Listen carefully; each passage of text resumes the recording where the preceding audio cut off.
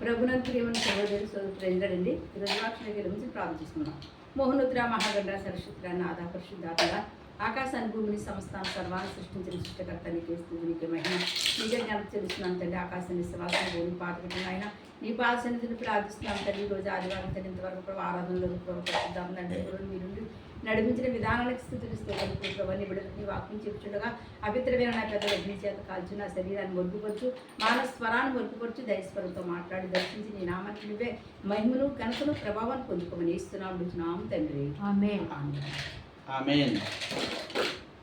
మరి ఈరోజు మన వాక్యం అంశం ఏంటంటే అండి, ఈ ఆపదలు తొలగిపోయే వరకు, ఈ ఆపదలో తొలగిపోయే వరకు. కీర్తన 57వ కీర్తన 48 రోజున చదవండి. నన్ను కర్ణింపుము దేవా, నన్ను కర్ణింపుము దేవా, నన్ను కర్ణింపుము, నన్ను కర్ణింపుము, నేను నిన్ను శరణజొచ్చి ఉన్నాను, నేను నీ శరణజొచ్చి ఉన్నాను. ఈ ఆపదలు తొలగిపోయే వరకు, ఈ ఆపదలు తొలగిపోయే నీ వరకు రెక్కల నీడన నీ రెక్కల నీడన శరణజొచ్చి ఉన్నాను. శరణజొచ్చి ఉన్నాను. దేవునామానికి మహిమ కలుగును గాక.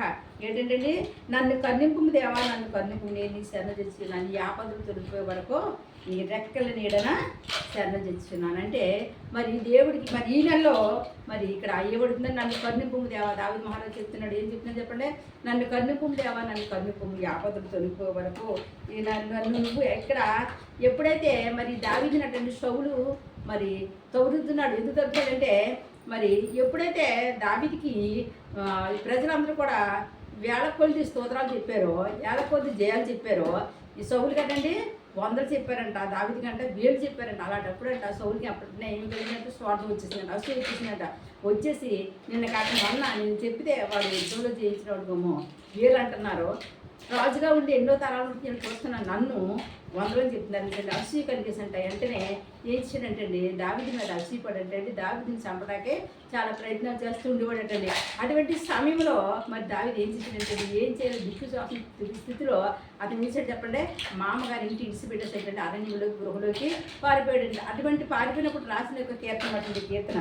అప్పుడు అంటున్నాడు వాడు ఏమని అడుగుతుందంటే, నన్ను కరుణించింది దేవా, నన్ను కరుణించి ఈ ఆపదలు, ఈ చుట్టుపక్కల పట్టుకున్న ఆపదలు, నా కష్టం, నేను భార్య దగ్గరికి వెళ్ళాలంటే భార్య దగ్గరికి వెళ్ళడానికి లేదు, నా భార్య దగ్గరే నా మామ నన్ను చంపడానికి చూస్తున్నాడు, నేను రాజ్యంలోకి వెళ్ళిపోయి ప్రజలకు ఏమైనా మంచి చేద్దాం అనుకుంటే అక్కడ కూడా నాకు స్థానం ఇవ్వట్లేదు, ఏంటి నా పరిస్థితి అనేసటండి. గృహలో ఉండి తను దీర్ఘంగా ప్రార్థన చేసుకున్న సమయంలో దేవుడికి ఏమని ప్రార్థన చేసుకుంటున్నాను, కరుణకు రావాలని కరుణించి ఈ ఆపదలు తొలగిపో వరకు నీ రెక్కల నీడన శరణజొచ్చి ఉన్నాను. నాకు నీ రెక్కలు తప్ప ఏమి లేవు, ఎందుకు తప్ప నాకు ఏ ఆధారం లేదు, ఏ ఆశ్రయం కూడా లేదు కనుక నువ్వు నన్ను కరుణించమని అంటే దేవుడు అడిగాడంట. మనకు కూడా కష్టం వచ్చినప్పుడు, బాధ వచ్చినప్పుడు, వ్యాధులు వచ్చినప్పుడు ఎవరిని అడగాలి చెప్పండి, మనుషులు అడిగితే పరిహారం దేవుడిని అడగాలి. ప్రభావ ఇదిగో నాయన ఈ సమస్య, ఈ కష్టం, ఈ బాధని ఎవరికి చెప్పుకోవాలనుకుంటే నీ దగ్గర చెప్పుకుంటున్నాను. ఇదిగో నీ ఎదురు మాపులు అడుగుతున్నాను. నాయన నాకున్న ఈ కష్టం, నా కుటుంబంలో సమస్య నీకు తెలుసు, నా ఇంట్లో ఉన్న రోగం నీకు తెలుసు, నా వీధిలో జరుగుతున్న సమస్యలు నీకు తెలుసు, ఏది ఏమైనట్టు నువ్వు అన్నీ ఎరుగున్న దేవుడు కనుక నీ దగ్గర చెప్పుకున్నానయ్యా. మరి నా కార్యం నువ్వు సఫలం చేస్తావని ఆశతో నేను ఏం చేస్తున్నాను, ప్రార్థన చేస్తున్నాను. చూడండి ఎలా చేసుకుంటున్నా ప్రార్థన. చూడండి ఇక్కడ 2వ వచనం. మహోన్నతుడైన దేవునికి, మహోన్నతుడైన దేవునికి నా కార్యం సఫలము చేయుము, నా కార్యం సఫలం చేయు. దేవునికి నేను మొరపెట్టుచున్నాను. దేవునికి మొరపెట్టిన దేవుని నామానికి మహిమ ఇక్కడ ఏమంటాడండి, మహోన్నతుని దేవునికి నా కార్యము సఫలం చేయ దేవుడికి మొరపెట్టుచున్నాను. అబ్బాయి ఎంత గొప్ప సంగతి అండి. మహోన్నతుడి దేవుడు అంట, ఆయన కార్యాన్ని ఏం చేస్తే సఫలపరుస్తాడంట. దేవుడు అంట ఇది అంటే ఇప్పుడు ఏ కార్యం సఫలపరచలేదు, అతనికి ఏమి జరగలేదు, ఏ మంచి జరగకుండా దావీదు ఏం చేయడు చెప్పండి, తనకి మంచి జరుగుతుందని అక్కడ ఆ ప్రార్థనలు అడిగేశాడు. మహోన్నతుని దేవుడికి నా కార్యం సఫలం చే దేవుడికి ఆ కార్యం ఎక్కడో చెప్పండి. అంటే తన ప్రార్థనలోనే తన విశ్వాసం సంపాదించాడు, నాకు దేవుడు చేసేస్తాడు, ఇంకా నాకు లాభం. అందుకే యెహోవా నా కాపరి నాకు లేకుంటే దానికి అర్థం ఏంటో తెలుసండి. అంటే యెహోవా నాకు కాపరిగా ఉన్నాడు కనుక నాకు ఏ కుదువ లేదు, నేను ఏది ఆశించినా దేవుడు నాకు తగిన సంబంధాన్ని నాకు ఇచ్చేస్తాడు. యెహోవా నా కాపరి నాకు లేము కదా, పచ్చిగా చోటను పొరుగు చేస్తాను. అంటే నేను ఎప్పుడు కూడా పచ్చగా ఉంటాను, నేను ఎప్పుడు కూడా ఎండిపోను, నేను ఎప్పుడు కూడా నశించిపోను, నేను ఎప్పుడు కూడా నిరసించిపోను, నేను ఎప్పుడు కూడా ఒడిలిపోను. ఎంత కష్టం వచ్చినప్పటికీ, ఎంత ఆపద వచ్చినప్పటికీ, ఏది ఏమైనప్పటికీ నా జీవితంలో నా దేవుడు నన్ను ఏం చేస్తాడు చెప్పండి, ఆదుకుంటాడు, ఆదరిస్తాడు, కరుణిస్తాడు అనేసి అంటే దావీదు కంట ముందు నుంచి నమ్మకం అంట, ముందు నుంచి విశ్వాసం అంట. ఆ నమ్మకం విశ్వాసం కలగల కార్యం ఏంటంటే దావీదు అటండి అరణ్యంలో గొర్రెలు కాస్తున్నప్పుడు అటండి తనంట ఈ రోజుకి 7 మార్లు ప్రార్థించేవాడంట. ఆ గొర్రెలు కాసేవాడంట. ఆ గొర్రెల పని గొర్రెలు, ఆ గొర్రెలు ఏం చేసేవాడంటే వదుకున పెట్టేసి మేత వేసి ఏంటండి చుట్టూ ఒక గీత గీసేసి ఒక పక్క వెళ్ళిపోయాడండి, ప్రార్థించేవాడంట, పాటలు పాడేవాడంట, వాక్యాన్ని ధ్యానించేవాడంట. 24 గంటల పాటలు వాక్యం అది తప్ప రెండు ఏమి ముందు కదండి. అందుకే మరి ఎవరు చూడలేదండి, తన రక్త సంబంధికులు ఎవరు చూడలేదు, తన తండ్రి చూడలేదు, తన తల్లి చూడలేదు. అరణ్యంలో చేసుకున్న ప్రార్థన ఎవరు చూసారు చెప్పండి? దేవుడు చూశాడు కనుక. గొర్రెలు కాసుకున్న దావీదుని ఏం చేశాడండి? దేవుడు రాజుగా చేశాడు. దేవుని నామానికి మహిమ కలుగుగా. ప్రార్థన ఏం చేస్తా చెప్పండి?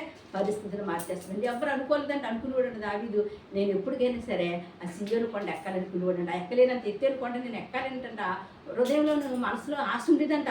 అలా ఉండి ప్రార్థించుకునేవాడంట. అలాగే మరి ఆ యొక్క ఇశ్రాయేలు పట్టణానికి రాజుగా అవటాకంటండి ఎవరు కారకులయ్యారు చెప్పండి? దేవుడే కారకులేడు. అలా కారకురాలుగా చేసుకోవడం కారణం ఎవరండి? దావీదటండి. అంటే మనం ఒకటి ఆశపడినప్పుడు మనం దాన్ని ఏం చేయాలి చెప్పండి? దేవుని ఎదురు పెట్టాలి. ప్రభా ఇదిగో నేను ఆశపడుతున్నంత నీ చిత్తమైతే ఈ కార్యము నాకు జరిగించి ప్రభా, లేదంటే నీ ఇష్టమే కానీ నా ఇష్టం కాదు ప్రభా. ఆశపడే ప్రాణాన్ని తృప్తిపరిస్తే నువ్వు వాక్యం చెప్తుంది కనుక నేను ఆశపడుతున్నాను, నా కార్యం నువ్వు శపథం చేయమని సెంటెన్స్ చెప్పాలి. అలాగే దావీదు ఇక్కడ శపథం చేయమని అడుగుతున్నాడు. నా కార్యం నువ్వు సఫలపరుస్తావయ్యా, నన్ను ఈ ఆపద నుంచి విడిపిస్తావయ్యా, మరలా నన్ను తిరిగి నా రాజ్యానికి తీసుకెళ్తామని సెంటండి దేవుడికి ప్రార్థన చేసుకుంటాడు ఏంటంటే. తర్వాత చదవమ్మా 3వ వచనం. ఆయన ఆకాశము నుండి ఆజ్ఞ ఇచ్చి నన్ను రక్షించును. నన్ను మృంగిగోరు వారు భూషణాలు పలికినప్పుడు దేవుడు తన కృపా సత్యములు పంపును. దేవుడికి స్తోత్రం. ఏమంటున్నాడండి? నాయన మరి నువ్వు నా కార్యం సఫలపరుస్తావు, నేను మొదలుపెట్టాను కనుక నువ్వు నా ఆజ్ఞలు నువ్వు నీ ఆజ్ఞ ప్రకారంగా నీ చిత్త ప్రకారంగా నువ్వు కార్యం సఫలపరిచాయా, సాయం చేయ. నేను ఇప్పుడు ఏ స్థితిలో ఉన్నానంటే నన్ను చూసిన వారు నన్ను మింగేద్దామనుకుంటున్నారో, నన్ను ఎవరు చూసినా సరే నన్ను దూషిస్తున్నారు, చదువుతున్నారు. నా పరిస్థితి ఏమీ బాగోలేదయ్యా. నన్ను అట్టి పరిస్థితి నేను ఉన్నాను కనుక నన్ను మింగబోదు వారు చూసి అసహించుకోకుండా ప్రభు ఆ దేవుడే తండ్రి నీ కృపను నీ సత్యమును పంపించావంటే నేను మరలా మామూలు మనసుని అయితే తెలుసు అంటే దావీదు ప్రార్థన చేసుకుంటున్నాడంట. అలాగే మనం కూడా ఏం చేయాలి చెప్పండి?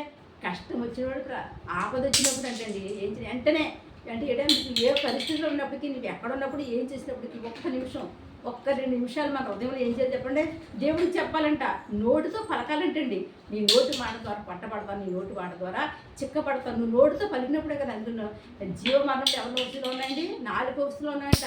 అంటే ఆ నోటితో జీవాన్ని పలకొచ్చు, ఆ నోటితో మరణాన్ని పలకొచ్చు. అందుకే ఎప్పుడు కూడా నువ్వేం పలకాలి? మంచిగా పలకాలి తప్ప చెడ్డ పలకూడదు. దేవుడిచ్చిన నాలుక దేవుడిచ్చిన దాన్ని ఏం చేయాలి చెప్పండి? మనం ప్రార్థించినప్పుడు ఏం చేయాలి చెప్పండి? తండ్రి ఇదిగో నువ్వు అంటున్నావు నాయన, నీ వాక్యంలో నువ్వు ఇచ్చిన ఈ నాలుకలో మరి నేను జీవమైన మాటలు చెప్పాలి తప్పని చెడ్డ మాటలు చెప్పకూడదని ఏం చేయాలి చెప్పండి? ఉదయం లెగ్గానే దేవుని స్థుతించాలి, ఎక్కడికైనా వెళ్ళినప్పుడు దేవుని స్థుతించాలి, వచ్చినప్పుడు దేవుని స్థుతించాలి. అన్ని వేళ కూడా మన దేవుని స్థుతిస్తూ ఉండాలి. దావీదు స్తోత్రాల మీద ఆశీర్వాదం అంటే దావీదు అంటే రోజుకు 3 మార్లు ప్రార్థించేవాడు అంటే. ఎన్ని సార్లు ఏంటి? ఉదయకాలము, సాయంకాలము, మధ్యాహ్నం 3 సార్లు ప్రార్థించేవాడు కనుక గొర్రెలు కాచుకున్న దావీదు, ఎందుకు పనికిరాని దావీదు, అన్నం చేత తోసివేయబడిన దావీదు, వీడు పొట్టివాడు, వీడు ఏం చేయగలుగుతాడు అన్న దావీదుని దేవుడు ఎక్కడ తీసుకెళ్తాడండి? వాసన పెట్టించాడు. గొల్యాతుని ఒక్క దెబ్బతో కొట్టి చంపేసి ఒక కృపను ఎవరు అనుగ్రహించారు చెప్పండి? దేవుడు అనుగ్రహించాడు. దేవుడు నామానికి మహిమకులు. అలాగే మన శత్రువు మన ఆశీర్వాదానికి, మన దీవెనికి, మన రోగానికి, మన సమస్యలకు కారణమవుతున్న శత్రువుని కొట్టాలంటే ఎవరి తరం చెప్పండి? మన తరం కాదు. ఎవరి తరం అంటే దేవుని తరం. మనం చేయవలసిన పని అంటే నిరీక్షణ కలిగి ప్రార్థించాలండి. అప్పుడు దేవుడి కృపను మనం పొందుకుంటాం. అటు రీతిగా యోహాను సువార్త 5వ అధ్యాయము, యోహాను సువార్త 5వ అధ్యాయం అండి 2వ వచనం చదవండి.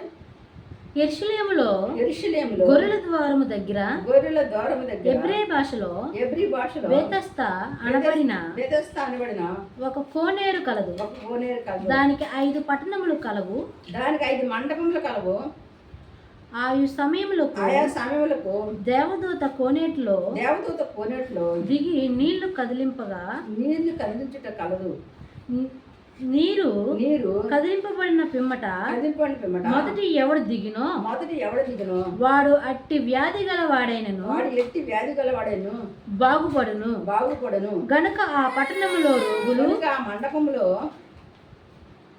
రోగులు గుడ్డివారు కుంటువారు పూచికాలు చేతులు గలవారు గుంపులుగా పడి ఉండిరి. దేవునికి స్తోత్రం. ఇక్కడ అంటండి యెరూషలేములు అంటే గొర్రెల ద్వారం దగ్గర అంట బెతెస్దా ఒక కోనేరు ఉందట. ఆ కోనేరు దగ్గర ఏంటంటే అక్కడ ఏం జరుగుతుందంటే ఆ పూర్వీకుల నుంచి కూడా ఒకటి జరుగుతుందంట. ఏం జరుగుతుందంటే ఆ కోనేరు దగ్గర ఎటువంటి వ్యాధి వస్తుంది, కుంటివారు కాదు, గుడ్డివారు కాదు, మోగవారు కాదు, మరి ఎటువంటి భయంకరమైన వ్యాధి ఉన్నప్పుడు కూడా వ్యాధి వస్తువులు అందరూ కూడా అంటే ఏమైపోవాలంటే అక్కడికి వెళ్ళి మొదటంట తెల్లవారుజామునంటే ఏకవుజామున ఒక దేవదూత వస్తుందంటండి. ఆ కోనేరు దగ్గరికి వచ్చంట ఆ నీళ్ళు కదిలిస్తుందంట. ఆ నీళ్ళు కదిలించిన సమయంలో ఎవరైతే మొదట తిరుగుతారో వాళ్ళు కాళ్ళు లేనివాడు కానీ, కళ్ళు లేనివాడు కానీ, మరి మాట లేనివాడు కానీ, ఇలాగా మరి ఏ విధమైన మరి కుష్టివ్యాధితో ఉన్నవారు కానీ, పక్షవాతంతో ఉన్నవారు కానీ ఎవరైనా సరే అంటండి వెళ్ళినప్పుడు కంటే వాళ్ళటండి వెంటనే స్వస్థత పొందేసుకుంటారంట. అలాగే ఎన్నో సంవత్సరాల బట్టి అక్కడ జరుగుతుందంట. అలా జరుగుతున్న సమయంలో ఏంటండి అక్కడ చుట్టుపక్కల వారు, ఆ ఊరు వారు ఎక్కడెక్కడో వచ్చంటండి అక్కడంటే గుంపులుగా పడి ఉన్నారంట.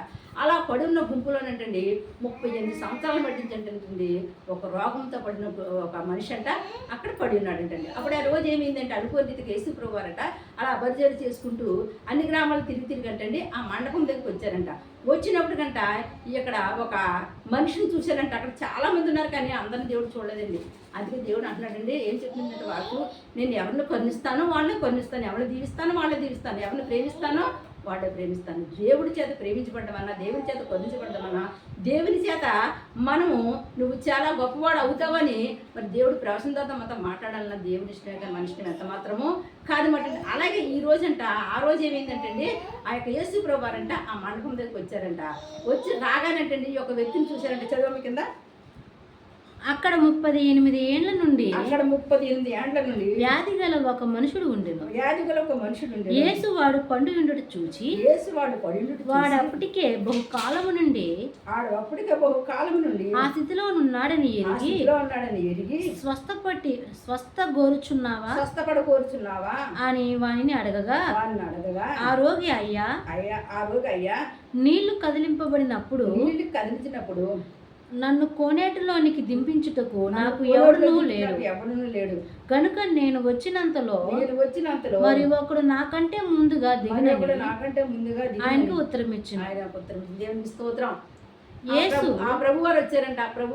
ఆయన దగ్గరికి వచ్చారంట. వచ్చి అన్నారంట అయ్యా బాబు నువ్వు స్వస్థపడబోతున్నావు అని అడిగాడంట. అతను ఎన్ని సంవత్సరాలు పెడుతున్నాడండి? 38 సంవత్సరాలు అంట. అంటే వాళ్ళ తల్లిదండ్రులు ఇసుకుపోయిందన్నమాట వాళ్ళ ప్రాణం. ఇసుకుపోయింది వీడితో మనకు పనేటి ఎంతకాలం వీడితో మనం పడతామనేసి అంటే వాళ్ళు ఏం తీసుకొచ్చారంటే ఆ కోనేరు దగ్గర పడేశారంట. అంటే మరి నిజంగా ఆ మనిషి బాగుపడాలి, ఆ మనిషి తిరిగి నడవాలి అనే ఉద్దేశం ఉన్నవాళ్ళు అయితే అతను అక్కడ పడేసింది అన్నప్పుడు అతనితో ఉండి ఆ కోనేట్లో మొదటగా అతను దించును. కానీ వీళ్ళకి ఏం కలిగింది చెప్పండి, ఇంకా ఆ బిడ్డ మీద వాళ్ళకి నమ్మకం లేదు, విశ్వాసం లేదు. పోత పని ఇడితే ఎవడ పడతాడు, ఇది కాళ్ళు వచ్చి ఇడితే ఇంజడం ఉంటాడనేసి వాడి మీద ఏం కలిగిందంటే వాళ్ళకి ద్వేషం కలిగిన తల్లిదండ్రులే అయినప్పటికీ మరి ఇక్కడ బైబిల్లో రాసిలేదు కానీ తల్లిదండ్రులు ఉన్నారు, బంధువులు ఉన్నారు, స్నేహితులు ఎవరున్నారు తెలియదు. కానీ అతనట 38 సంవత్సరాలు బట్టి అక్కడ పడి ఉన్నాడంట. అటువంటి వ్యక్తిని ఎవరు చూశారండి? ఎవరు పట్టించుకోలేదని చూశారండి. ఎవరు పట్టించుకున్నారండి? ఏసై పట్టించుకున్నాడంట. అక్కడ ఇంకా చాలా మంది గుంపుగా ఉన్నారంట. వాక్యం ఏం చేస్తుందంటే అక్కడ కుంటివారు, గుడ్డివారు, మూగవారు, అంగహీనం గలవారు ప్రతి ఒక్కరు కూడా గుంపుగా ఉన్నారంట. కానీ దేవుని దృష్టి ఎవరి మీద పడ్డది చెప్పండి? 38 సంవత్సరాలు మెట్టించి పడిన వాని మీద పడ్డదంట. అట్టిగానే అప్పుడు ఎప్పుడైతే దృష్టి పడ్డాదో అప్పుడు ఆయన అడిగారు. దాని చెప్తుండే అయ్యా నాకు ఎవరు లేరయ్యా, నన్ను కోనేటిలో దించడానికి నన్ను ఎవరు కూడా టయానికి నేను దేక్కుంటే వెళ్తున్నానయ్యా, నాకంటే ముందు ఒకడో దిగిపోతున్నాడయ్యా, ఆడు స్వస్థపడి వెళ్ళిపోతున్నాడు, నా పరిస్థితి ఇలాగ ఉందయ్యా అన్నట్టు. అంటే మనము ఏం చేయాలండి? దేవుడు ఏమి చేయట్లేదనేసి మనం ఊరికనే ఉండకూడదు. మనం ఎన్నిసార్లు ప్రార్థించినా ప్రభు ఈ కార్యం ఎందుకు జరుగుతులేదు నాకు తెలియదు ప్రభు, నేనైతే ఇది ఆశపడుతున్నాను ఆయన, నా కుటుంబంలో ఒక అద్భుతం చూడాలనుకున్నాను తండ్రి అనేసి మనకు కనిపెట్టి ప్రార్థించినప్పుడు అంటే దేవుడు అంట మరి ఆలస్యం చేసే దేవుడు కాదండి, ఆలస్యం చేసే దేవుడు కాదంటండి, తగిన సమయం ఏంటంట దేవుడు అంట. ఆయన బలిష్టమైన చేతికి ముందు మనం ప్రార్థించినప్పుడు అంట ఏం చేస్తాడండి? కార్యాన్ని నెరవేరుస్తాడంట. ఇక్కడ ఈ వ్యక్తి ఏం చేశాడు చెప్పండి? ఈ తల్లిదండ్రులు కానీ, బంధువులు కానీ, స్నేహితులు కానీ అందరు ఇడిచిపెట్టేసినట్టుగా అతనికి ఒక నిరీక్షణ ఉంది. ఏమని చెప్పండి? ఏదో రీతిగా ఏదో రోజు నేను ఆ కోనేట్లో దిగుతాను, ఆ కోనేట్లో దిగడం ద్వారా నాకు స్వస్థత కలుగుతుందని విశ్వాసం ఎవరు ఉండిపోయింది చెప్పండి? ఆ 38 సంవత్సరాలు బట్టి పడున్న అతనిలో ఉండిపోయిందండి నిరీక్షణ. ఆ యొక్క విశ్వాసం ఉండిపోయింది కనుక మరి అతను ఏం చేసాడు? అక్కడే పడి ఉన్నాడండి. చూసారా? దేవుడు చూశాడు. దేవుడు నామానికి మహిమ కలుగుగాక. నీ ప్రార్థన, నీ యొక్క పరిస్థితిని ఎవరు చూడరు. ఎవరు చూస్తారు చెప్పండి? దేవుడు చూస్తాడు. మనుషుల వైపు కోసం ప్రార్థన చేయకూడదు, మనుషులు చూస్తారని ప్రార్థన చేయకూడదు, మనుషులు చూస్తారు మనం చర్చికి వెళ్ళకూడదు. ఎవరు చూస్తారని వెళ్ళాలి చెప్పండి? నువ్వు నమ్ముకున్న దేవుడు చూస్తాడని.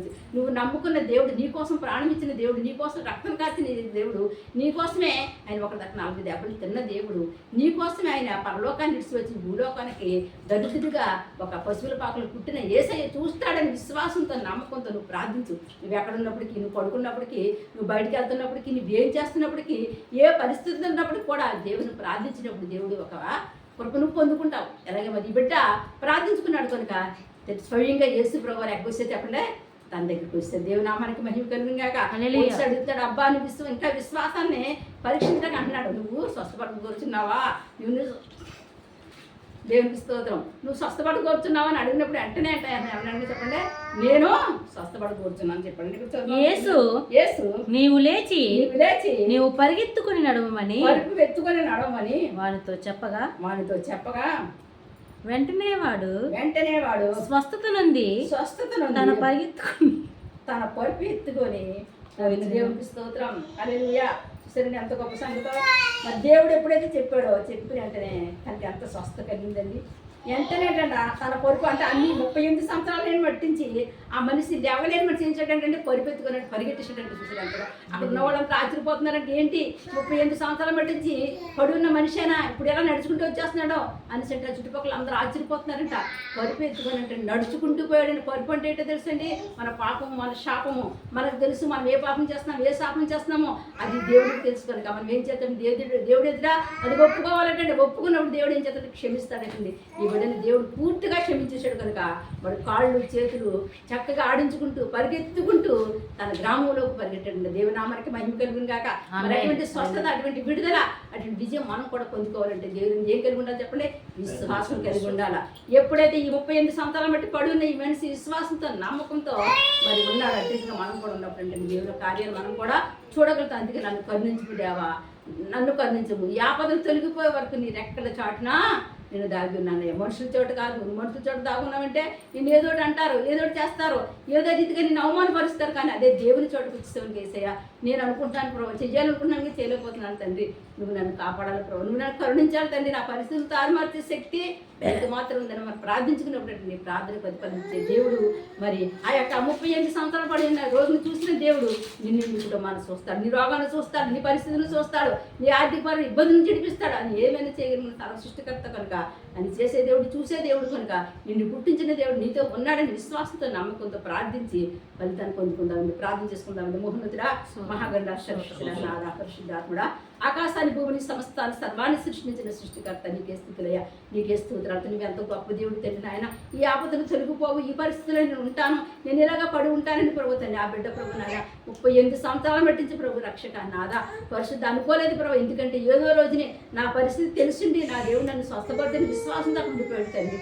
చుట్టుపక్కల రోజు ప్రభా వీడికి ఇంకా యాపతలు తొలగు ఇలాగే ఉంటాడని ప్రభా యావలు చేసి ఆశ్చర్యించండి వచ్చిందండి నాయన. ఆయన ఎప్పుడు ప్రభా తండ్రి నువ్వు ఎవరిని అక్కడ ఎవరిని చూడలేదు కానీ తండ్రి నువ్వు చూసావు నాయన. ఐసయ్య మనుషులు మమ్మల్ని చూడకూడదు, నువ్వు చూడాలి తండ్రి, నువ్వు కరుణించాలి తండ్రి, నువ్వు కటాక్షించాలి తండ్రి నాయన. ఆ 38 సంవత్సరాలు బట్టి కోరేడు పడిన బిడ్డని ఎలాగైతే కరుణించాము అలాగే ప్రభు ఎంతమంది బిడ్డలు అయితే ప్రభు నాయన వ్యాధి బాధల చేత పడున్నారో ప్రభు తండ్రి నాయన, కష్ట నష్టాలతో పడి ఉన్నారో ప్రభా, చెప్పుకోని సమస్యలతో పడి ఉన్నారో ప్రభు నాయన, వాడన్నిటిని చేస్తూ నామలో విడుదల కలుగును కాక. వరిషరవర వరికందరవర వరికంబరవర వరికందర ధరశరవర రిషికరవర చేసి శక్తిగల నామంలో నజరేసి క్రీస్తునాడు స్వస్థత కలుగును కాక, విడుదల కలిగిన ఈ వాక్యం ద్వారా దాని పరిస్థితి ఈ వాక్యం ఇది మరి ఎవరికి విశ్వసిస్తున్నారో వాళ్ళ కుటుంబాల ఆశ్చర్యకరం జరిగింది కాక, అద్భుతకరం జరిగిన వాళ్ళ హృదయంలో తండ్రి నాయన, వాళ్ళ శరీరంలో స్వస్థత వేస్తూ నామలో కలిగిన కాక. 38 సంవత్సరాలు పెట్టించి ప్రభా నాయన పడిన బిడ్డలు తాకినట్టుగా నీ బిడ్డలు తాకం నడుచున్నట్టు బాకీ విడుదల అంటే ప్రభా తన్ని బిడ్డలకు తన స్వస్థత విడుదల వేస్తూ నామన కలుగును కదా. దబర అధికర అనీరిస్తార ధర దిరిస్తార వారి శత్రు శాతన కట్లు తెంపబడిన కాక 38 సంవత్సరాలు పడిన వాడిని కొట్టి ఎలాగ తెంపేస్తావు తండ్రి గోలన అటు ఏ బిడ్డ అయితే ప్రభు నాయన తండ్రి నాయన శాతపడి కట్లతో ప్రభు తండ్రి సాధన కట్లతో ఉన్నారో వేస్తున్నాంలో కట్లు తెంపబడిన కాక వేస్తున్నాంలో పరిశుద్ధ నదులేసి క్రీస్తున్న స్వస్థత కలుగును కాక, నదులేసి క్రీస్తున్న దెయ్య పాత్ర నుంచి విడుదల కలుగును కాక, నదునేసుక్రీస్తు శాతపడి శక్తి నుంచి విడుదల కలుగును కాక. పరిశుద్ధాత్మని పరిశుద్ధాత్మ కార్యము నెరవేర్చమని అడుగుతున్నాను తండ్రి నాయన. రక్షణ లేని బిడ్డకి రక్షణ దయచేయండి అయ్యా, మారు మనసు లేని బిడ్డకి మారు మనసు దయచేయండి అయ్యా, పరిశుద్ధాత్మ లేని బిడ్డకి పరిశుద్ధాత్మ దయచేయమని అడుగుతున్నాను నాయన. వివాహం కాని బిడ్డకి వివాహాలు జరిగించండి, ఉద్యోగాలను బిడ్డకి ఉద్యోగాలు దయచేయండి అయ్యా, వ్యాపారం లేని బిడ్డకి వ్యాపారాలు అనుగ్రహించమని అడుగుతున్నాను తండ్రి నాయన. గర్భఫలాలు లేకుండా కూలిపోతున్న బిడ్డలకి నాయన గర్భం తెరవండి ప్రభు, గర్భఫలాలు ఇచ్చిన బిడ్డకు తగిన సంబంధం ఆరోగ్యం పెట్టి పుట్టే ప్రభా యేసు నామలో కలిగించండి. అనేకమంది వ్యాధులతో ప్రభు నాయన బాధపడుతున్న బిడ్డలున్నారయ్యా, కనికరించి తండ్రి ఆ వ్యాధుల నుంచి స్వస్థత విడుదల నువ్వు పొందిన దెబ్బల చేత ప్రతి బిడ్డకి స్వస్థ కలిగించబడి యూట్యూబ్ ద్వారా ఎంతమంది అయితే వాక్యాన్ని వింటున్నారు, ఈ వాక్యాన్ని విని విశ్వసిస్తున్నారు, వాళ్ళకి వేస్తున్నాములో స్వస్థత విడుదల వేస్తున్నాములో కలుగుగా కుటుంబంలో శాంతి సమాధానం కలుగుగా తండ్రి సహాయం చేయండి, దీవించండి, ఆస్వాదించమని అడుగుతున్నాను నాయన. రక్షక నాదా పరిశుద్ధాత్మడ తండ్రి రక్ష డ్రైవర్ కాడి నుంచి విమానం డ్రైవర్ వరకు నాయన మీకు ఒప్పించండి అయ్యా, నీ కాపుదల నుంచి ప్రతి బండి ముందు మీరు నడిపించండి ప్రభు, వాళ్ళని క్షేమంగా సురక్షితంగా గృహాలు తీసుకురండి ప్రభు నాయన. రక్షగా వాళ్ళ చేతులు కష్టాజీతాన్ని వృద్ధిలోకి తీసుకురండి, యాపం ఏ యాక్సిడెంట్ జరగకుండా కాపాడి సురక్షితంగా గృహాలకు వచ్చేప్పుడు వేస్తూ నామలకు కలుగుగాక. పరిశుద్ధాత్మను మీరు కాపాడిన ప్రభు, నీ రాకపోకలను కాపాడుతాను వాగ్దానం ఇచ్చావు నాయన, ఆ వాగ్దానం వాళ్ళ పట్ల స్థిరపరచమని అడుగుతున్నాను.